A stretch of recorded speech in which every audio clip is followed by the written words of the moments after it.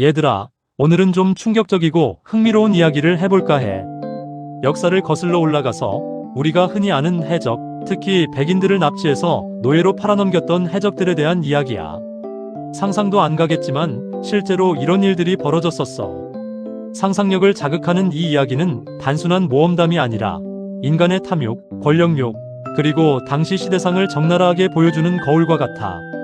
먼저 북아프리카의 바르바리 해적단부터 시작해보자. 16세기부터 19세기 초까지 이 해적들은 지중해와 대서양을 활보하면서 유럽과 미국 사람들을 털어갔어. 스페인, 포르투갈, 네덜란드, 심지어 미국까지 이들의 침략에서 안전한 곳은 없었지. 이들은 배를 습격해서 백인들을 납치, 노예로 팔아넘기는 짓을 서슴지 않았어. 마치 공포 영화의 한 장면처럼 갑작스러운 습격에 속수무책으로 당하는 사람들의 모습이 눈앞에 그려지는 듯해. 근데 왜 그랬을까? 간단해. 돈이 되니까. 납치한 사람들을 북아프리카의 노예 시장에 팔아넘기면 엄청난 이득을 챙길 수 있었거든. 당시 유럽과 미국의 많은 사람들이 바르바리 해적단에게 잡혀서 노예 생활을 해야 했어. 상상해봐. 갑자기 배에서 납치당해서 전혀 다른 문화, 다른 환경에서 강제로 살아야 하는 그들의 고통을. 가족과 고향을 잃고 자유를 박탈당한 채 생존을 위해 고군분투해야 했던 그들의 삶은 얼마나 처절했을까? 이 해적들은 단순한 강도가 아니었어. 엄연한 세력이었고 해적 행위를 통해 자신들의 권력을 유지했지. 당시 유럽 국가들은 이 해적들을 소탕하기 위해 여러 차례 군대를 파견했지만 쉽지 않았어. 왜냐하면 바르바리 해적단은 뛰어난 항해술과 군사력을 가지고 있었거든. 게다가 복잡한 외교 관계와 정치적 상황도 얽혀 있어서 문제를 해결하는 것이 더욱 어려웠지. 해적들은 자신들의 이익을 위해 끊임없이 약탈을 자행했고 유럽 국가들은 이에 효과적으로 대응하지 못했어. 마치 거대한 체스판 위에서 벌어지는 게임처럼 각 세력은 자신들의 이익을 위해 치열하게 경쟁했지. 바르바리 해적단의 이야기는 단순히 과거의 사건이 아니라 오늘날까지 이어지는 여러 문제의 씨앗을 보여주는 듯해. 인종차별, 경제적 불평등, 권력 남용 등 우리가 지금 겪고 있는 문제들이 이미 그 당시에도 존재했다는 것을 알 수 있어. 자, 이제 다음 이야기로 넘어가 보자.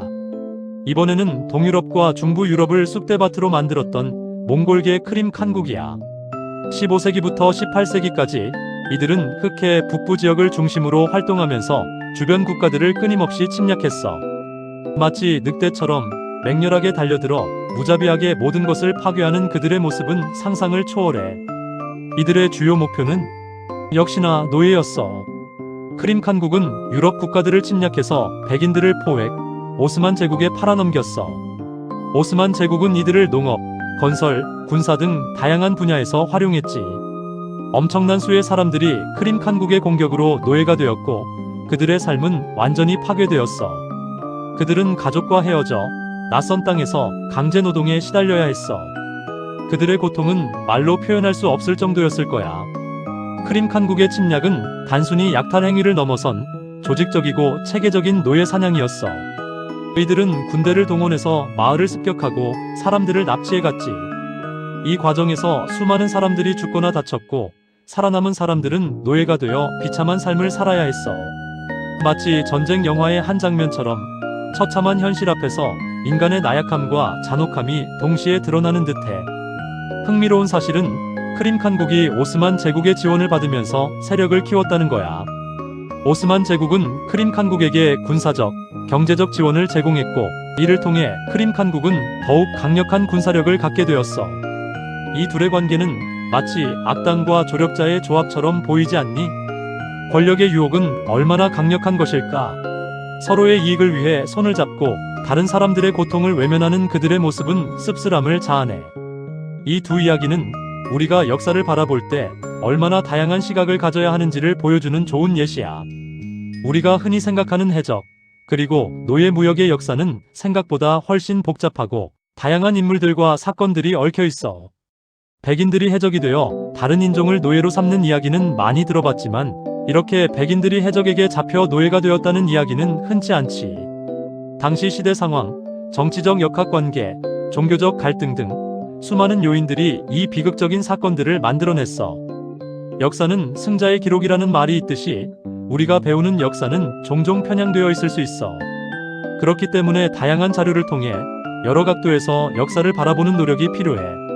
마지막으로 이 두 사건을 통해 우리는 인간의 욕망, 권력, 그리고 역사적 맥락의 중요성을 다시 한번 깨닫게 돼.